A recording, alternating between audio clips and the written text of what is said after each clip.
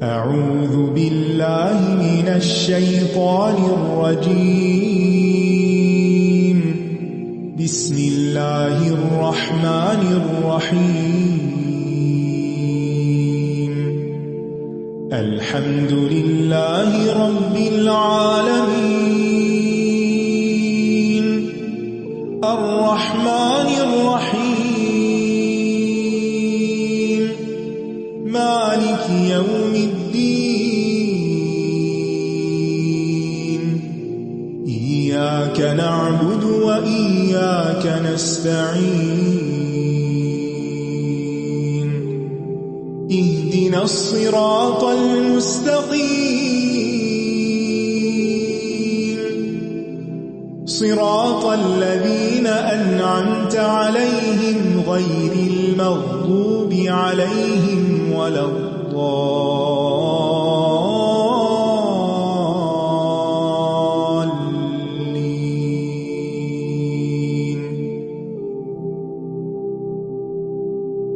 السلام علیکم ورحمۃ اللہ وبرکاتہ. نحمده ونصلی علی رسولہ الکریم. اما بعد فاعوذ باللہ من الشیطان الرجیم. بسم اللہ الرحمن الرحیم. رب اشرح لی صدری ویسر لی امری واحلل عقدۃ من لسانی یفقہوا قولی. تیار ہے نئی سورت کے لیے؟ الحمدللہ. میں آپ کو سورت کا تھوڑا سا تعارف کرا دوں گی اور پچھلی سورت کے ساتھ اس کا لنک کیا ہے، تھوڑی سی گفتگو اس پر.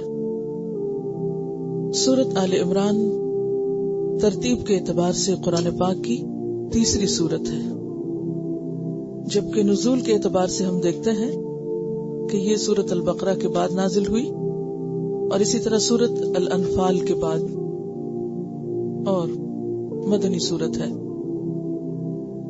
اس سورت میں 200 آیات ہیں اور 3542 الفاظ ہیں.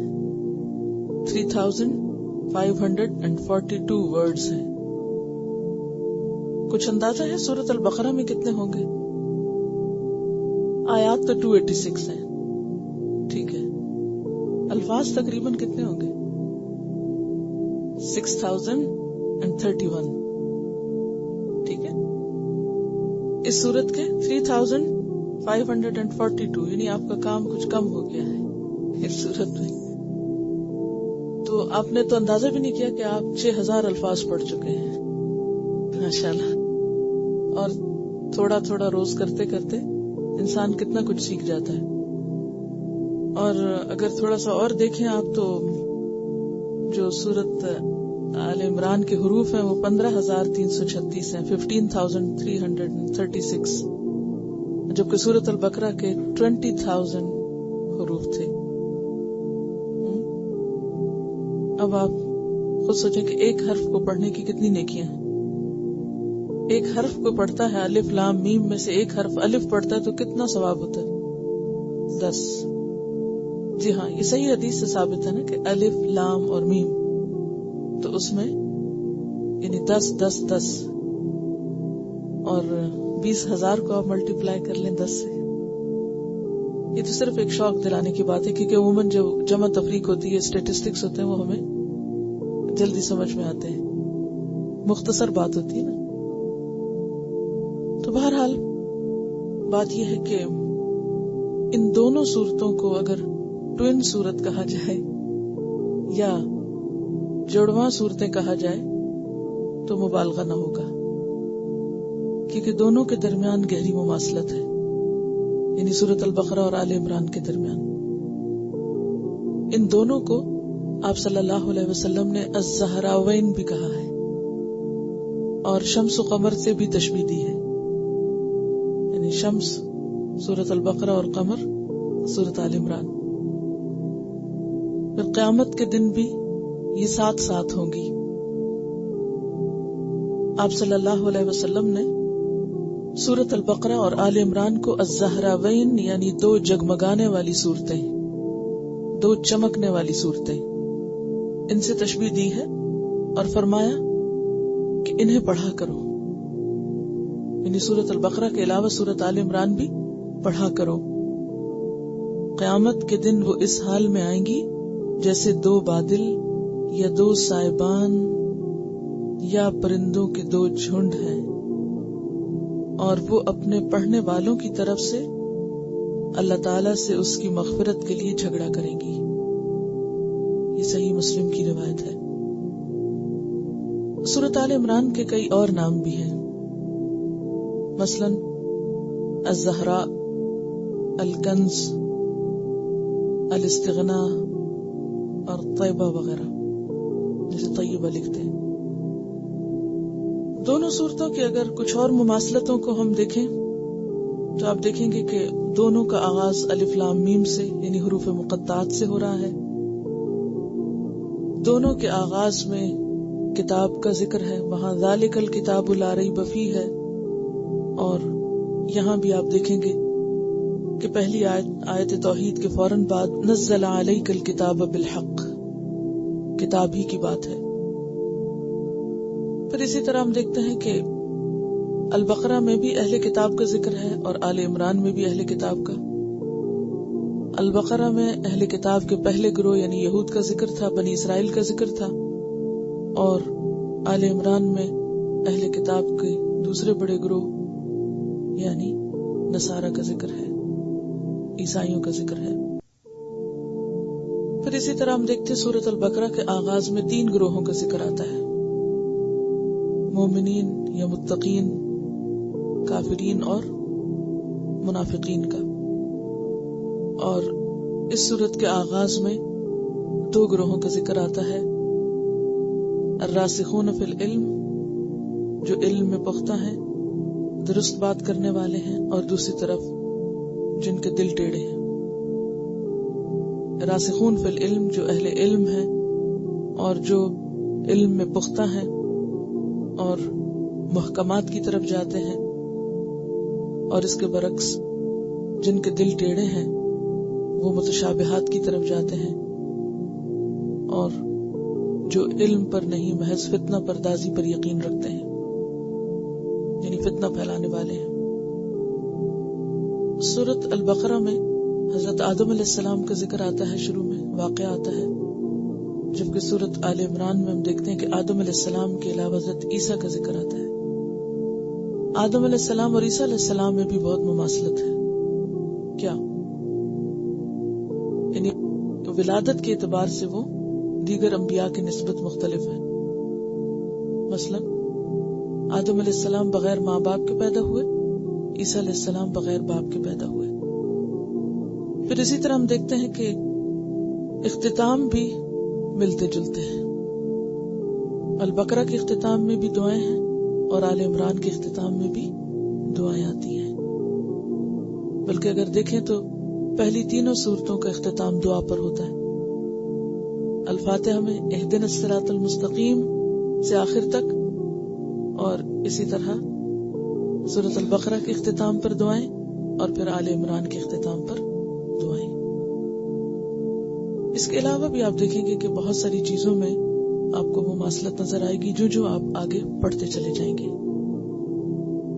ایک اور چیز جس کا میں ذرا ذکر کرنا چاہوں گی، سورۃ البقرہ کا جو اختتام ہے فانصرنا علی القوم الکافرین پہ ہوتا ہے، اور اس آخری آیت کی بہت سی وضاحت پھر سورۃ آل عمران میں آپ کو ملے گی کہ کس طرح دلائل کے ساتھ اور کس طرح میدان جنگ میں اللہ تعالیٰ نے مسلمانوں کو کامیابی عطا کی، یعنی اس دعا کی قبولیت کس طرح ہوئی۔ اور جنگ بدر اور جنگ احد کا بھی ذکر یہاں آتا ہے اس صورت میں، اور جنگ احد میں ناکامی ہوئی تو کس وجہ سے ہوئی، تو کامیابی اور ناکامی کے معیار بھی بتا دیے گئے کہ کیا کریں گے آپ تو کامیاب ہوں گے اور کیا کریں گے تو ناکام ہوں گے۔ مقابلہ انہی دونوں گروہوں کے درمیان جنگ بدر میں بھی تھا، اور پھر انہی دونوں گروہوں کے درمیان میدان احد میں تھا۔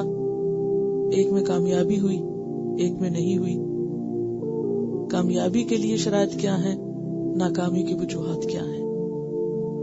تو اس لحاظ سے بھی یعنی آخری آیت جو سورۃ البقرہ کی ہے، اس کے بعد آل عمران کے اندر اس کی مزید ڈیٹیل آپ دیکھیں گے کہ زبان سے بھی حجت قائم کی گئی، اور یہ پہلا وہ مقام ہے کہ جہاں نبی صلی اللہ علیہ وسلم ایک دوسرے گروہ کے ساتھ زبانی گفتگو کے ذریعے حجت قائم کر رہے ہیں، اور اس کے بعد آگے جا کر کفار و مشرکین کے ساتھ جنگ کے میدان میں بھی مقابلہ نظر آتا ہے. ٹھیک ہے. اور آل عمران کا جو لفظ ہے، آل کہتے ہیں آل اولاد کو، اور عمران نام ہے ایک شخص کا، اور وہ شخص ہیں حضرت عیسیٰ علیہ السلام کے نانا. تاریخ میں 2 عمران مشہور ہیں، ایک موسیٰ علیہ السلام کے والد اور دوسرے حضرت عیسیٰ علیہ السلام کی جو والدہ ہیں، ان کی جو والدہ ہیں یعنی نانی جو ہے ان کے شوہر ہیں. تو ان سے پھر آگے آل عمران چلی. سورت آل عمران کی پہلی 88 یعنی 88 آیات وفد نجران کے بارے میں نازل ہوئی. یہ وفد نجران کا قصہ کیا ہے؟ اس وفد کی آمد اور اس کے ساتھ نبی صلی اللہ علیہ وسلم کی جو گفتگو ہوئی تھی اس کی تفصیل کچھ یوں ملتی ہے. بغوی ایک مفسر ہے، ان کی تفسیر ہے. بغوی نے کلبی اور ربی بن انس کا قول لکھا ہے کہ ان آیات کا نزول نجران کے نمائندوں کے متعلق ہوا جن کی تعداد 60 تھی، یعنی 60 لوگوں پر مشتمل ایک وفد آپ کی خدمت میں حاضر ہوا. وہ اونٹوں پر سوار ہو کر آئے تھے. پوری جماعت کے سردار 14 شخص تھے.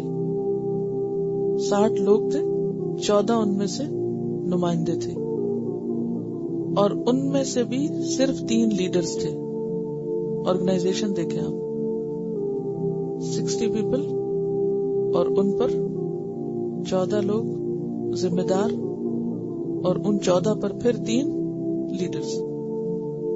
عاقب عین الف قاف بے، عاقب سب کا امیر اور مشیر اعلیٰ تھا. پھر ان پر ایک پیرامڈ بن گیا، جس کے مشورے کے بغیر اہل وقت کچھ کام نہ کرتے تھے. یعنی ہر بات میں، ہر چیز میں وہ اپنے امیر سے مشورہ کرتے تھے. عاقب کا نام عبد المسیح تھا. امیر سفر سید تھا، یعنی سفر کا انتظام ٹرانسپورٹر مختلف تھا، جس کا نام اہم تھا. جیسے اہم لکھتے ہیں نا اس کے شروع میں یہ. اور ابو حارثہ بن علقمہ پادری یعنی پریسٹ تھا، اور اہل قافلہ میں مذہبی عالم تھا. یعنی یہ سب مل کر چلے، ایک سفر کا انتظام کرنے والا، دوسرا مذہبی نمائندہ، تیسرا ان سب کا ٹاپ پہ لیڈر. رسول اللہ صلی اللہ علیہ وسلم عصر کی نماز پڑھ چکے تھے کہ یہ وفد مسجد میں داخل ہوا. یمنی منقش کپڑے کے چغے پہنے، خوبصورت مردانہ چادریں اوڑھے ایسے بھلے معلوم ہوتے تھے کہ دیکھنے والے کہہ رہے تھے کہ ہم نے اس شان کا کوئی وفد نہیں دیکھا. یعنی پورے یونیفارم میں تھے سب. ان لوگوں کی نماز کا وقت بھی ہو گیا، اس لیے وہیں مسجد میں ہی نماز کو کھڑے ہو گئے. یعنی عبادت گزار لوگ تھے. رسول اللہ صلی اللہ علیہ وسلم نے بھی اجازت دے دی. مشرق کی طرف منہ کر کے انہوں نے نماز پڑھی. وہ کیوں؟ ان کا قبلہ اسی طرف تھا. سید اور عاقب سے گفتگو ہوئی. رسول اللہ صلی اللہ علیہ وسلم نے اسلام لانے کی دعوت دی. دونوں نے جواب دیا، ہم تو آپ سے پہلے ہی اسلام لا چکے ہیں، ہم تو پہلے ہی جانتے ہیں. آپ نے فرمایا تم غلط کہتے ہو. تم کو اسلام سے روک دینے والی چیز یہ ہے کہ تم اللہ کا بیٹا قرار دیتے ہو، یعنی عیسیٰ علیہ السلام کو، اور یہ رکاوٹ ہے. صلیب کی پرستش کرتے ہو، یعنی کروسیفکشن پر ایمان رکھتے ہو اور پھر اس کو پوجتے بھی ہو. خنزیر کھاتے ہو، یعنی خنزیر کو حلال سمجھتے ہو. کہنے لگے اچھا بتاؤ، اگر عیسیٰ کا باپ خدا نہیں تو ان کا باپ اور کون تھا؟ یہ ان کا سوال تھا. رسول اللہ صلی اللہ علیہ وسلم نے ارشاد فرمایا، کیا تم ناواقف ہو کہ ہمارا رب زندہ ہے جس کو موت نہیں اور عیسیٰ پر موت آئے گی؟ اہل وفد نے کہا، بلا شبہ ایسا ہی ہے۔ فرمایا، کیا تم نہیں جانتے کہ ہمارا رب ہر چیز کو تھامے ہوئے ہے، نگران کل اور رزاق ہے؟ اہل وفد نے کہا، جانتے کیوں نہیں، ہم جانتے ہیں کہ ہر چیز کو تھامنے والا اللہ ہی ہے، قیوم۔ رسول اللہ نے فرمایا صلی اللہ علیہ وسلم کہ عیسیٰ علیہ السلام کے قابو میں بھی ان امور میں سے کوئی چیز ہے، یعنی ان کا اختیار ان میں سے کسی چیز پر ہے، یعنی رزق پر یا کائنات کو تھامنے پر؟ اہل وفد نے جواب دیا، نہیں۔ آپ صلی اللہ علیہ وسلم نے فرمایا، کیا تم کو علم نہیں کہ اللہ سے کوئی چیز پوشیدہ نہیں، چھپی ہوئی نہیں، نہ زمین میں نہ آسمان میں؟ اہل وفد نے کہا، جانتے کیوں نہیں، ہمیں معلوم ہے کہ اللہ سے کچھ بھی چھپا ہوا نہیں۔ فرمایا، تو کیا عیسیٰ علیہ السلام بھی سوائے اپنے مخصوص علم کے اس میں سے کچھ جانتے ہیں؟ کہنے لگے، نہیں۔ فرمایا، ہمارے رب نے عیسیٰ علیہ السلام کی شکل ماں کے پیٹ کے اندر جیسی چاہی بنا دی، ہمارا رب نہ کھاتا ہے نہ پیتا ہے۔ اہل وفد نے کہا، جی ہاں۔ فرمایا، کیا تم کو اتنی سمجھ نہیں کہ عیسیٰ علیہ السلام کو ماں نے اپنے پیٹ میں اسی طرح رکھا جس طرح عورت بچے کو اپنے پیٹ میں رکھتی ہے، اور اسی طرح جنا جس طرح عورت جنتی ہے؟ پھر عیسیٰ علیہ السلام کو اسی طرح غذا دی گئی جیسے بچے کو دی جاتی ہے۔ عیسیٰ علیہ السلام کھاتے پیتے بھی تھے، پیشاب پخانہ بھی کرتے تھے۔ اہل وفد نے کہا، ہم یہ باتیں جانتے ہیں۔ فرمایا، تو پھر عیسیٰ تمہارے دعوے کے بموجب اللہ کا بیٹا کیسے ہو سکتا ہے؟ اس کے بعد اہل وفد خاموش ہو گئے، اور اللہ تعالیٰ نے سورہ آل عمران کی شروع سے 80 سے کچھ اوپر تک آیات نازل فرمائی۔ تو ان 88 آیات میں آپ دیکھیں گے کہ یہی موضوع چلے گا کہ اللہ تعالیٰ کی توحید کا بیان ہے شروع میں، اور پھر اس کے بعد نصارہ کے عقائد کی تردید ہے، اور بیچ بیچ میں کچھ اور چیزیں بھی ساتھ آئیں گی۔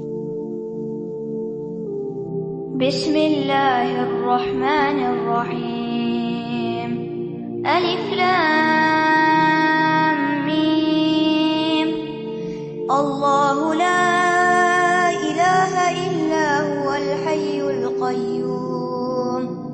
الف لام میم، اللہ لا الہ الا هو الحی القیوم۔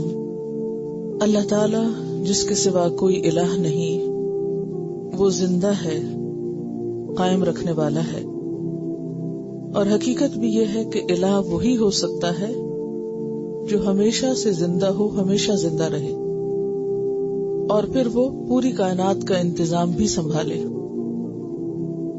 تو یہاں پر اللہ تعالیٰ کی انہی دو خاص صفات کا ذکر کیا گیا جن سے اس کا الہ ہونا ثابت ہوتا ہے۔ نزل عليك الكتاب بالحق مصدقا لما بين يديه وأنزل التوراة والإنجيل۔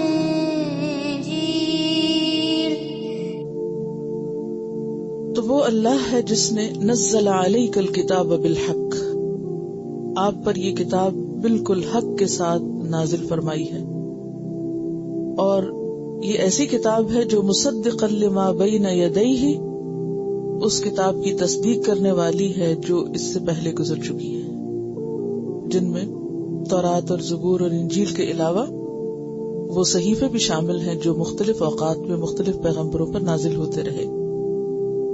وَأَنزَلَ التَّوْرَاةَ وَالْإِنجِيلَ، اور ان ساری کتابوں میں خاص طور پر تورات اور انجیل کا ذکر کیا۔ تورات جسے بنی اسرائیل یا یہود اپنی کتاب مقدس مانتے ہیں، اور انجیل جسے نصارہ یعنی عیسائی اپنی کتاب مقدس مانتے ہیں، یعنی باقی تمام کتابوں کی نسبت یہ دو کتابیں زیادہ معروف اور مشہور بھی ہیں، اور دو بڑے گروہوں کی نسبت سے بھی معروف ہیں۔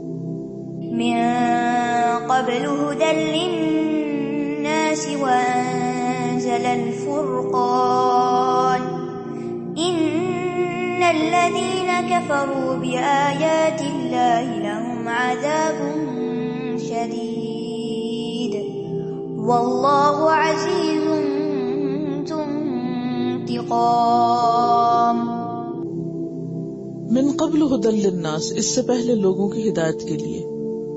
وانزل الفرقان، اور اس نے فرقان نازل کیا، یعنی اب ہمارے سامنے قرآن ہے جو حق و باطل کے درمیان فرق کر سکتا ہے. ان تینوں آیات کو سامنے رکھیں تو پتہ یہ چلتا ہے کہ اللہ تعالیٰ جو کہ الہ حقیقی ہے اور جس نے انسان کو اپنی عبادت کے لیے پیدا کیا ہے، اس نے انسان کو بھٹکنے کے لیے چھوڑ نہیں دیا، بلکہ ہر زمانے میں کتابیں بھی بھیجی. اور جب انسانوں نے مختلف وجوہات کی بنا پر ان کتابوں میں تبدیلی پیدا کر دی یا ان کے اندر تحریف کر دی، تو اس کی درستگی کا انتظام بھی اس نے فرمایا اور محمد رسول اللہ صلی اللہ علیہ وسلم کو آخری نبی کے طور پر بھیج کر لوگوں پر ہدایت کا پیغام مکمل کر دیا، ہدایت کا پورا انتظام فرما دیا.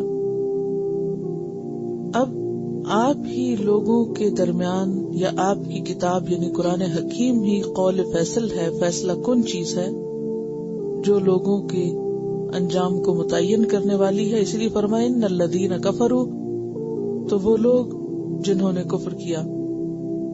کس کا کفر، کس کا انکار؟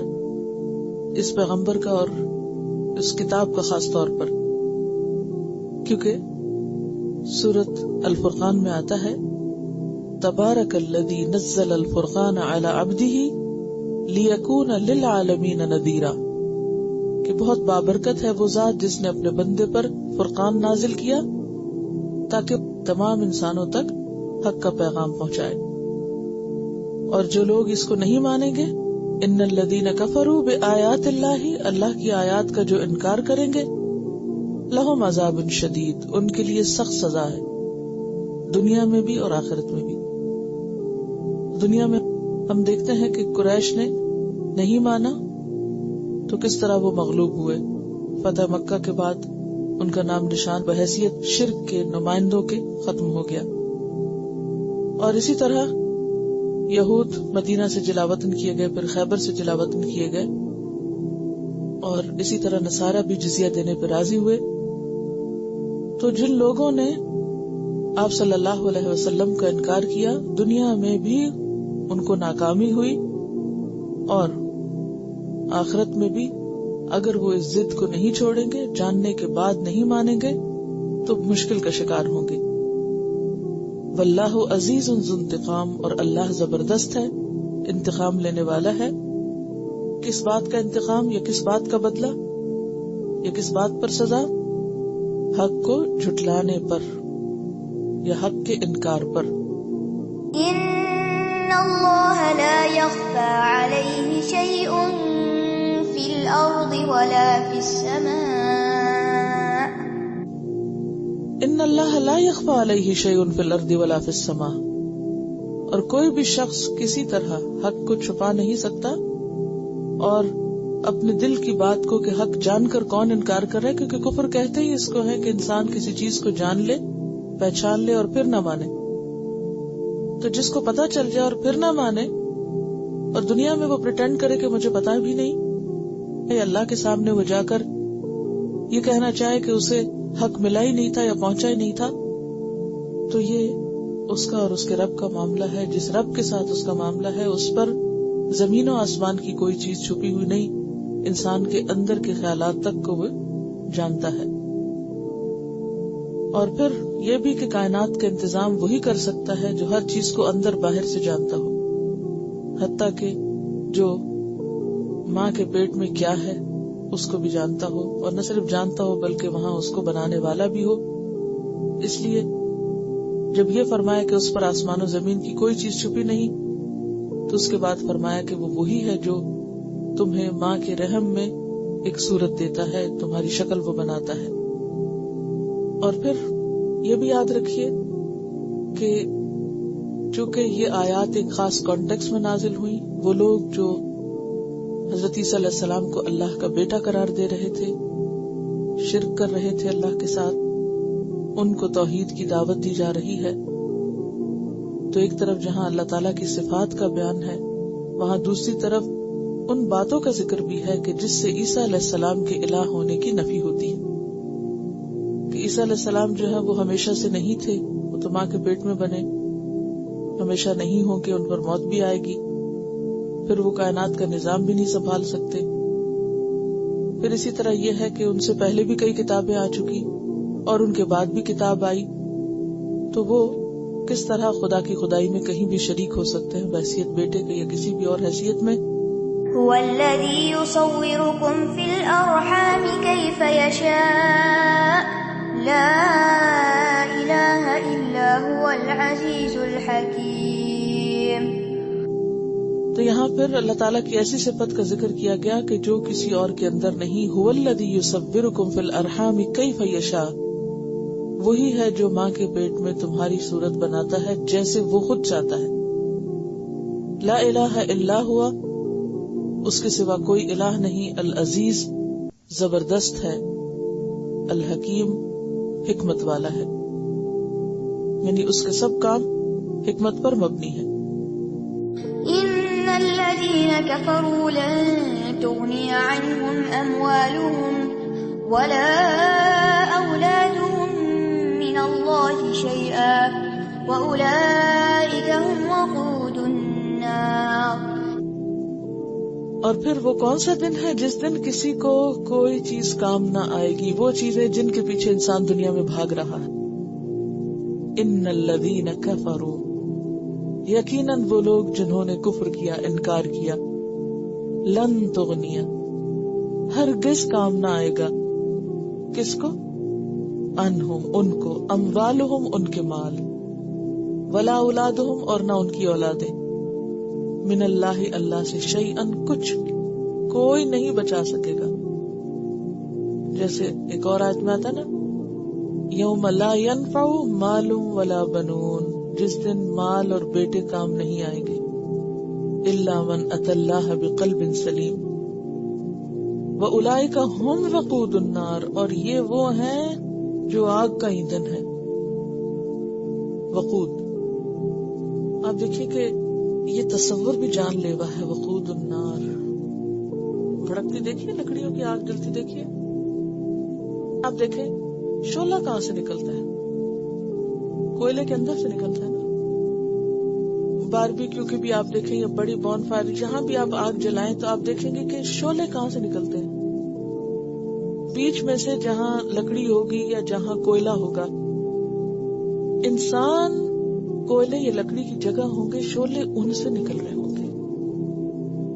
اتنا دلدوز منظر ہے کہ وقود النار، کہ جہاں جہاں وہ پڑے ہوئے ہوں گے نا، جہاں جہاں گرے پڑے ہوں گے، اس جگہ سے شعلے نکل رہے ہوں گے۔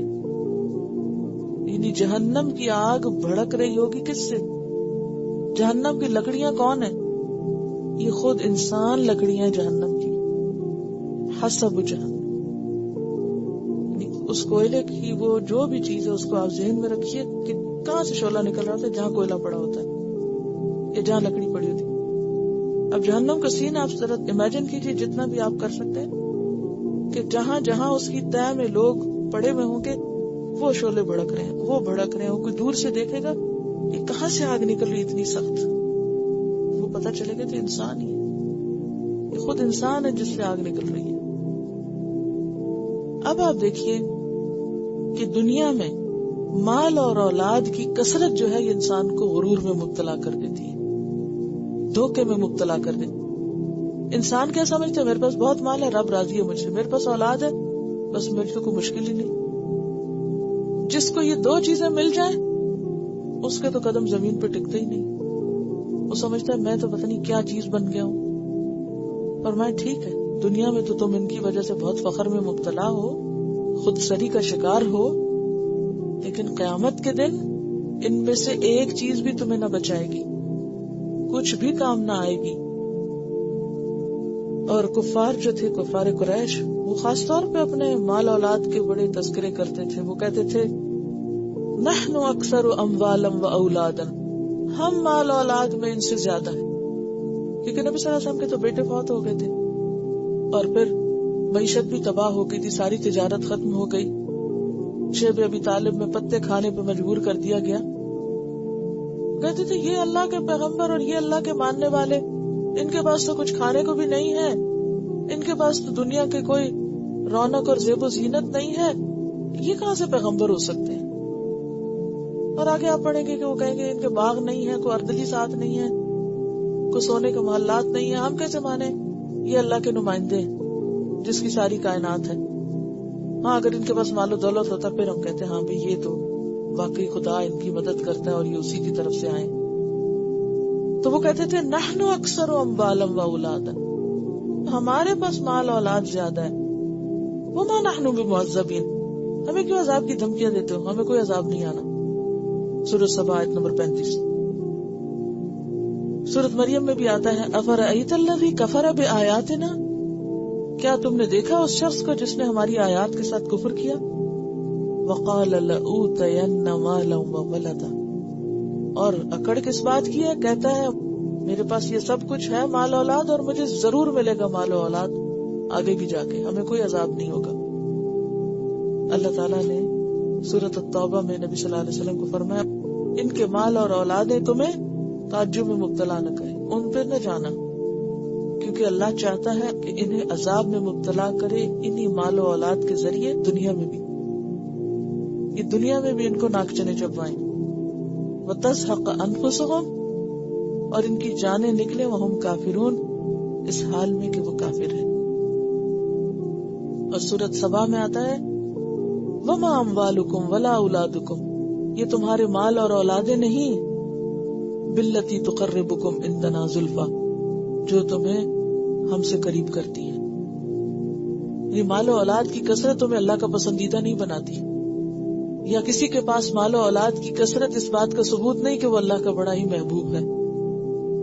الا من آمن وعمل صالحا، مگر جو ایمان لے آئے اور نیک کام کرے، اس کی مال و اولاد اس کے لیے پھر اللہ کے قرب کا ذریعہ بنتی ہے. کیسے؟ جو خود نیک ہو اور اولاد کو بھی اس رستے پہ ڈالے تو ہاں وہ اولاد اس کو فائدہ دے گی مرنے کے بعد، اس کی دعائیں اور اس کی نیکیاں. اور اسی طرح مال اگر انسان اچھے کاموں میں زندگی میں لگائے اور مرنے کے بعد اچھی وصیت کر کے چھوڑ جائے، نیکی کے کاموں میں، صدقہ جاری کے کاموں میں لگے، تو وہ انسان کو فائدہ دے گی. لیکن اس کے علاوہ کوئی بھی شخص مال و اولاد کے غرور میں مبتلا نہ ہو. وَأُولَئِكَ هُمْ وَقُودُ النَّارِ، اور یہی لوگ آگ کا ایندھن بنیں گے. كدأب آل فرعون والذين من قبلهم كذبوا بآياتنا فأخذهم الله بذنوبهم والله شديد العقاب. كدأب آل فرعون، ان کا حال آل فرعون جیسا ہے. کن کا حال؟ اہل مکہ کا حال، اور اس کے علاوہ بھی جن لوگوں نے کفر کیا ہے. اور کون تھے؟ کس کانٹیکس میں آیت نازل ہوئی تھی؟ وہ وفد نجران کے کانٹیکس میں آیت نازل ہوئی تھی کہ ان کو حق کا پیغام دیا گیا لیکن ان کی سمجھ میں نہیں آتا تھا. سارے دلائل ماننے کے بعد آخر میں پھر وہ وہیں کھڑے تھے. فرمایا ان کا حال بھی وہی ہوگا جو آل فرعون کا ہو چکا ہے. اب حال یا حالت کو کہتے ہیں جس پہ مسلسل چلا جائے. آل فرعون کا حال کیا ہوا تھا؟ پانی میں غرق ہوئے تھے. والذین من قبلہم، اور وہ لوگ جو ان سے پہلے گزرے وہ کون تھے؟ جیسے قوم نوح. قوم نوح جو تھے ان کے ساتھ کیا ہوا تھا؟ قرآن پاک میں آتا فأخذہم الطوفان، طوفان نے آ لیا تھا ان کو. سورۃ العنکبوت آیت 14 میں آتا ہے. قوم ہود کے ساتھ کیا ہوا تھا؟ سورۃ الزاریات آیت 41 میں آتا ہے اذ ارسلنا علیہم الریح العقیم، جب ہم نے ان پر بانجھ کرنے والی ہوا بھیجی. قوم صالح کے ساتھ کیا ہوا تھا؟ سورۃ ہود آیت 67 فأخذ الذین ظلموا الصیحہ، ظالموں کو ایک چیخ نے آ پکڑا. قوم لوط کے ساتھ کیا ہوا تھا؟ سورۃ الحجر آیت 74 فجعلنا عالیہا سافلہا، ہم نے اس کا اوپر والا اس کا نچلا کر دیا اور نیچے والا اوپر کر دیا. قوم شعیب کے ساتھ کیا ہوا؟ سورۃ الشعراء میں آتا ہے فَكَذَّبُوهُ، انہوں نے اپنے پیغمبر کو جھٹلایا. فأخذهم عذاب یوم الذلہ، اس بادل والے دن کے عذاب نے ان کو آ پکڑا، وہ بہت بڑے دن کا عذاب تھا۔ آل فرعون کو دیکھ لو یا ان سے پہلے گزری ہوئی قوموں کو دیکھ لو، جب انہوں نے اپنے پیغمبروں کو جھٹلایا، اللہ کی بات نہیں مانی، دیکھو ان کا حشر کیا ہوا۔ کذبوا بآیاتنا، ان سب کا ایک ہی قصور تھا، اور وہ کیا تھا؟ انہوں نے ہماری آیتیں جھٹلائی تھی۔ فأخذهم اللہ بذنوبہم، تو اللہ نے ان کو ان کے گناہوں پہ پکڑا۔ بذنوب، جس سے کیا پتہ چلتا ہے اللہ کیوں پکڑتا ہے؟ ذنوب پہ پکڑتا ہے۔ ذنوب کیا ہوتا ہے؟ گناہ۔ تو اگر ان کو اللہ نے گناہوں پہ پکڑا تو بعد میں کسی کے پاس کیا دلیل ہے کہ وہ گناہ کر کے پھر اللہ کی رحمت پا لے گا؟ یہ سب کے لیے سبق ہے اس میں۔ واللہ شدید العقاب، اور اللہ سخت سزا دینے والا ہے۔ کوئی بھی شخص یہ نہ سوچے کہ یہ تو پہلی قومیں تھی، بڑی خراب قومیں تھی، اس لیے ان پہ عذاب ہے، ہم تو بہت اچھے ہیں کیونکہ ہم تو حضور کی امت ہیں۔ قل للذین کفروا ستغلبون وتحشرون الی جہنم وبئس المہاد۔ قل للذین کفروا، ان سب کافروں سے کہہ دو، ستغلبون، ان قریب تم مغلوب کر دیے جاؤ گے۔ اور جیسے پہلے میں نے ذکر کیا کہ چاہے اہل مکہ تھے یا یہود تھے یا نصارہ تھے، نبی صلی اللہ علیہ وسلم کو جب اللہ نے فتح مبین عطا کی سب مغلوب ہوئے۔ وتحشرون الی جہنم، اگر باز نہ آئے اپنی ان حرکتوں سے تو جہنم میں اکٹھے کیے جاؤ گے۔ وبئس المہاد، اور وہ بدترین ٹھکانہ ہے۔ قد كان لكم آية في فئتين التقتا، فئة تقاتل في سبيل الله وأخرى كافرة يرونهم مثليهم رأي العين والله يؤيد بنصره من يشاء إن في ذلك لعبرة لأولي الأبصار۔ قد کان لکم آیۃ فی فئتین التقطا، اس مغلوبیت کی ایک نشانی تم اس خاص دن میں دیکھو جس دن دو گروہ آپس میں ملے تھے۔ یعنی اب مثال سے بات سمجھائی جا رہی کہ کس طرح کفار مغلوب ہوں گے، جیسے میدان بدر میں مغلوب ہوئے جب دو گروہ آپس میں ملے تھے۔ التقطا کا کیا معنی ہوتا ہے؟ یعنی تیاری کے ساتھ آ ملے۔ فئتن، ایک گروہ، تقاتل فی سبیل اللہ، اللہ کے راستے میں لڑ رہا تھا، وأخرى کافرتن، دوسرا کافر تھا۔ یہ نہیں کہا کہ ایک مسلم تھا دوسرا کافر تھا، یہ کیوں نہیں کہا؟ اور یہ کیوں کہا ایک اللہ کے راستے میں لڑ رہا تھا؟ غور کیجیے، یہاں کوئی قومی برتری یعنی مسلمان ہونا کسی فخر کے اظہار کے لیے نہیں، یہ قومی برتری نہیں ہے، محض مسلمان اور کافر کا کمپیریزن نہیں کیا جا رہا، اصل نیت کے اوپر اٹھایا جائے گا انسان۔ انما یبعث الناس علی نیات، لوگ اپنی نیتوں پہ اٹھائے جائیں گے۔ یعنی محض مسلمان ہونا کافی نہیں، بلکہ فی سبیل اللہ کی شرط لازم ہے، کوئی بھی کام ہو اللہ کی خاطر ہو۔ وأخرى کافرۃ، اور دوسرا کافر گروہ تھا، یرونہم مثلیہم، وہ ان کو دیکھ رہے تھے اپنے سے دگنا۔ اب اس میں کئی تفسیریں کی کہ کون کس کو دیکھ رہا تھا، لیکن بات یہ ہے کہ اللہ تعالیٰ نے کسی ایک کو واضح نہیں کیا۔ اگر ہم پہلا معنی یوں کریں، یرونا سے مراد مسلمان دیکھ رہے تھے، ہم ان کو، کن کو؟ دوسرے گروہ یعنی کافروں کو۔ کتنا دیکھ رہے تھے؟ مثلیہم، اپنے سے دگنا۔ 313 کے مقابلے میں 626 نظر آ رہے تھے۔ اور اس دیکھنے میں کیا تھا؟ ان کے اندر اور زیادہ شدت کے ساتھ لڑنے کا جذبہ پیدا ہو کہ کافر زیادہ ہیں، اس لیے ہمیں خوب محنت کرنی چاہیے۔ یعنی چیلنج ان کے لیے ہو گیا ہے، تعداد کی کثرت۔ دوسری طرف کافر بھی مسلمانوں کو دیکھ رہے تھے، یرونا سے مراد کافر دیکھ رہے تھے، ہم ان کو، کن کو؟ مسلمانوں کو۔ کتنا؟ اپنے سے دگنا۔ تو کافر اگر 1000 تھے تو مسلمان انہیں 2000 نظر آ رہے تھے۔ اور اس طرح کیا ہوا کہ مسلمان بھی جم کے لڑے اور کافر بزدل ہو گئے، پریشان ہوئے کہ ہم تو مقابلہ نہیں کر سکتے کیونکہ ان کی تعداد بہت ہے. رأی العین، یہ دیکھنا تخیل میں دیکھنا نہیں تھا، خیالات میں دیکھنا نہیں تھا، یہ کیسا دیکھنا تھا؟ آنکھوں سے دیکھنا. بالکل واقعی ان کو ایسا نظر آ رہا تھا. آپ کو معلوم ہے کہ جنگ بدر میں فرشتے اترے تھے. واللہ یؤید بنصرہ، اور اللہ اپنی مدد کے ساتھ تائید کرتا ہے من یشاء، جس کی وہ چاہتا ہے، جس کو چاہے وہ مدد پہنچائے. ان فی ذالک، بے شک اس میں، لعبرتن، البتہ عبرت ہے، بڑا سبق ہے. یعنی اس سے ایک بہت بڑی حقیقت پتہ چلتی ہے. کس بات کی حقیقت یا کس کے لیے عبرت؟ لأولی الابصار، آنکھوں والوں کے لیے، ابصار والوں کے لیے، جن کی نگاہیں ہیں ان کے لیے بہت بڑا سبق ہے. کیا سبق ہے؟ جس دن جنگ بدر ہوئی تھی اس دن کو کیا کہا گیا قرآن میں؟ یوم الفرقان، جس دن حق و باطل کا فرق ہو گیا تھا، جس دن یہ ثابت ہو گیا تھا.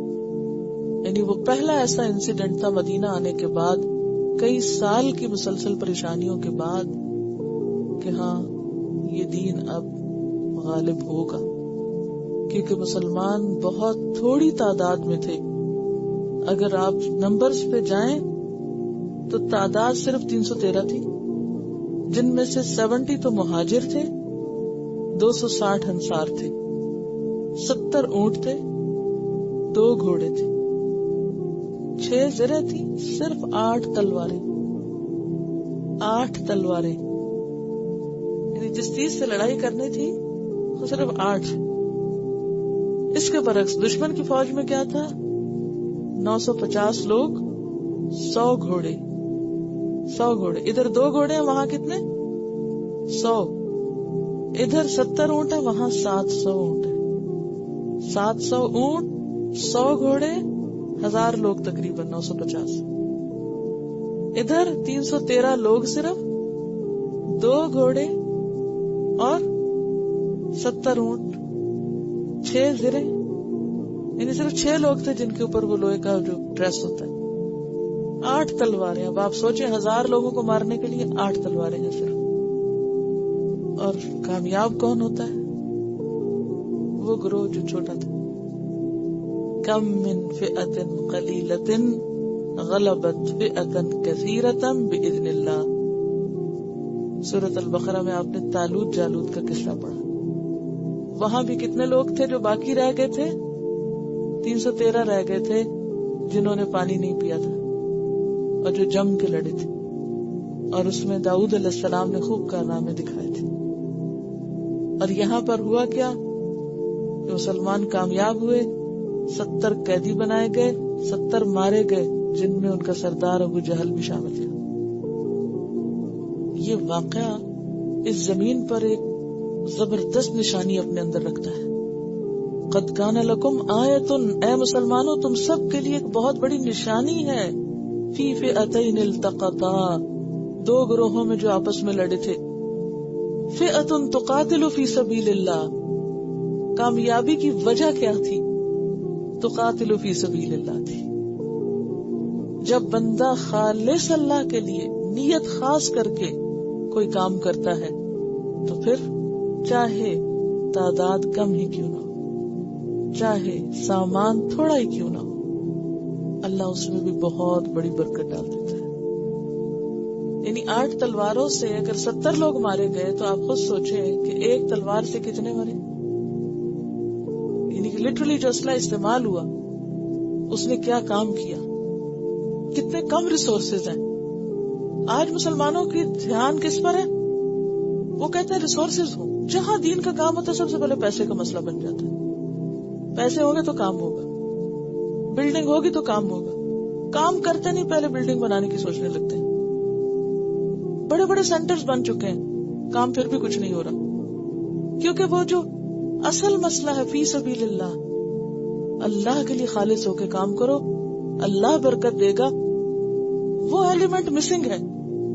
تو جب تک مسلمانوں کے اندر یہ ایلیمنٹ واپس نہیں آتا اللہ کی مدد نہیں آئے گی. اللہ کی مدد آتی ہے اس وقت جب کام فی سبیل اللہ ہوتا ہے، ہر غرض سے بالا ہو کے، ہر لالچ اور ہر مقصد سے اوپر اٹھ کے، صرف اور صرف اللہ کے لیے. اور جتنا زیادہ کوئی اللہ کا کام اللہ کے لیے کرے گا اتنی زیادہ اسی ریشو سے اللہ کی مدد آئے گی. یہ بہت بڑا سبق ہے اس میں لِأُولِي الْأَبْصَارِ، ان لوگوں کے لیے جن کے پاس آنکھیں ہیں جو دیکھ سکتے ہیں. اور آگے اسی صورت میں آپ کو جنگ احد کے اوپر بھی بات آئے گی، وہاں ناکامی ہوئی ہے اور ایک ہی صورت میں دونوں چیزیں سامنے رکھ کے بتا دیا گیا کب کامیابی آئے گی کب ناکام ہوگی. اور ہمارے لیے آج کے اس دور میں سیکھنے کے بہت سے سبق ہیں اس صورت میں. امت وسط کی حیثیت سے آج ہم کیوں نہیں کامیاب، اس کی وجہ کیا ہے کہ حالات جنگ بدر جیسے نہیں، احد جیسے. یہ جو آخری آیت ہے واللہ یؤید بنصرہ من یشاء، اللہ اپنی نصر اپنی مدد کے ساتھ جس کی چاہتا ہے تائید کرتا ہے، جس کو چاہتا ہے اپنی مدد پہنچاتا ہے. ان فی ذلک لعبرہ، اس بات میں بہت بڑا سبق ہے. آج ہم مسلمانوں کی اگر مدد نہیں ہو رہی تو ہم سب کے لیے ایک بہت بڑا سبق ہے کہ مدد کیوں نہیں ہو رہی، کمی کس میں ہے. ہم ہمیشہ دوسروں کو بلیم کرتے رہتے، فلاں کی سازش ہے، فلاں ہمارے ساتھ یہ زیادتی کر رہا ہے. لیکن قرآن کیا بتا رہا ہے؟ خود اپنا احتساب کرو. اگر خدا تمہاری مدد بدر میں کر سکتا ہے آج بھی کر سکتا ہے. وہ اسی لیے اقبال کا شعر ہے نا، فضائے بدر پیدا کر فرشتے تیری نصرت کو اتر سکتے ہیں گردوں سے قطار اندر قطار. اب بھی اللہ اب بھی فرشتے بھیج سکتا ہے، لیکن تم بھی تو ایسا حوصلہ پیدا کرو جیسا بدر والوں میں تھا کہ ان میں سے کوئی بھی ایک پیچھے نہیں رہا. انشاءاللہ جب آپ ڈیٹیل پڑھیں گے نا تو آپ دیکھیں گے کہ صحابہ کرام کو جب بلایا گیا تو وہ کس طرح تیار ہو گئے. انہوں نے کہا کہ ہم ایسا نہیں کریں گے جیسے موسیٰ علیہ السلام کے ساتھیوں نے کیا تھا، اذهب انت وربک فقاتلا انا ہاہنا قاعدون، کہ تم اور تمہارا رب جاؤ جا کے لڑو، ہم یہ بیٹھے ہیں. چلیے اب تلاوت ان آیات کی غور سے اور توجہ سے سنیے. اعوذ باللہ من الشیطان الرجیم، بسم اللہ الرحمن الرحیم. الف لام میم. اللہ لا الہ الا هو الحی القیوم، نزل عليك الكتاب بالحق مصدقا لما بين يديه وأنزل التوراة والإنجيل من قبل هدى للناس وأنزل الفرقان. إن الذين كفروا بآيات الله لهم عذاب شدید واللہ عزیز ذو انتقام. ان اللہ لا يخفى عليه شيء في الارض ولا في السماء، هو الذي يصوركم في الارحام كيف يشاء، لا الحكيم. هو الذي أنزل عليك الكتاب منه آيات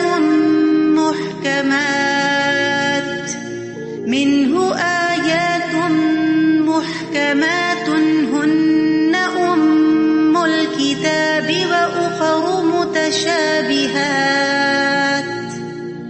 فأما الذين في قلوبهم زيغ فيتبعون ما تشابه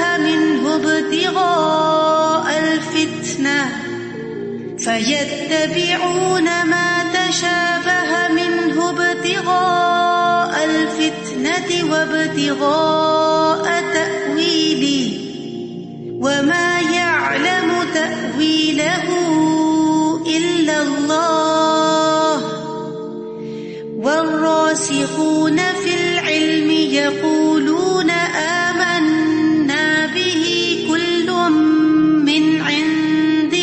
ربنا وما يذكر إلا أولو الألباب ربنا لا تزغ قلوبنا بعد إذ هديتنا وهب لنا من لدنك رحمة إنك أنت الوهاب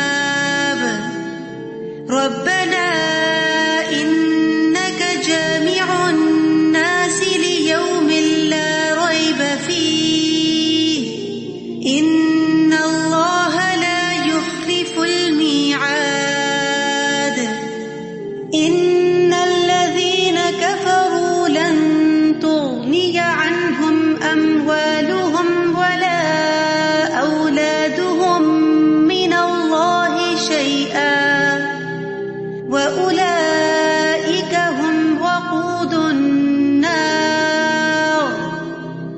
كدأب آل فرعون والذين من قبلهم كذبوا بآياتنا فأخذهم الله بذنوبهم والله شديد العقاب قل للذين كفروا ستغلبون وتحشرون إلى جهنم وبئس المهاد قد كان لكم آية في فئتين التقتا فئة تقاتل في سبيل الله وأخرى كافرة يرونهم مثليهم رأي العين والله يؤيد بنصره من يشاء إن في ذلك لعبرة لأولي الأبصار. تو اس میں آپ دیکھیے کہ کتنے زبردست طریقے سے یعنی اس سورت کا آغاز ہو رہا ہے. کس طرح ابتدا میں اللہ تعالیٰ پہلے اپنا تعارف کراتے ہیں، پھر اس کے بعد ہدایت حاصل کرنے کے لیے جو طریقہ اختیار کرنا چاہیے اس کے بارے میں بات کرتے ہیں. یعنی فکری انحراف اور عقل کی پھسلن اور قدموں کا لڑکھڑانا تو ہر دور میں ہوگا. اس سے تو کبھی بھی انسان بچ نہیں سکتا، فرار نہیں حاصل کر سکتا. لیکن استقامت اور تثبیت کے لیے یہ قرآن ہی ہے، اور قرآن کا محکم حصہ ہے جو لوگوں کو سیدھا کھڑا رکھے گا، یعنی درست راستے پہ قائم رکھے گا. اور پھر کسی بھی مقام پہ آپ پہنچ جائیں اس سے بے نیاز نہ ہو کہ ربنا لا تزغ قلوبنا بعد إذ هديتنا. ہمیشہ عاجزی، ہمیشہ اپنی غلطیوں پہ نظر، ہمیشہ اپنی کمزوریوں پہ نظر، کہ کہیں ایسا نہ ہو کہ میں اس راستے میں پیچھے رہ جاؤں. اور یہ کب ہوگا؟ جب آخرت کی فکر ہوگی. ربنا انک جامع الناس لیوم لا ریب فیہ. اور پھر کس چیز کا غرور انسان کو حق کے راستے سے ہٹاتا ہے؟ مال و اولاد کا. فرمایا تو کام ہی نہیں آئے گا. پچھلی قوموں کو کیا کام آیا؟ کتنے زبردست ان کی ترقی تھی، تہذیب تھی، کلچر تھے، لیکن سب ختم ہوئے اور اللہ سخت سزا دینے والا ہے. اور جن لوگوں کو آپ پیغام دے رہے ہیں حق کا وہ نہیں مان رہے، انہیں یاد رکھنا چاہیے کہ وہ دنیا میں بھی مغلوب ہوں گے اور آخرت میں بھی پھر ان کا ٹھکانہ جہنم. اور پھر اس کے بعد اس واقعے کی طرف اشارہ کر دیا کہ صرف ایک آیت میں، یعنی جنگ بدر کے بارے میں صرف ایک آیت، اس واقعے کی طرف اشارہ کر دیا گیا کہ اس واقعے سے سبق لے لو. وآخر دعوانا الحمد للہ رب العالمین. سبحانک اللہم وبحمدک اشہد ان لا الہ الا انت استغفرک واتوب الیک. السلام علیکم ورحمۃ اللہ وبرکاتہ.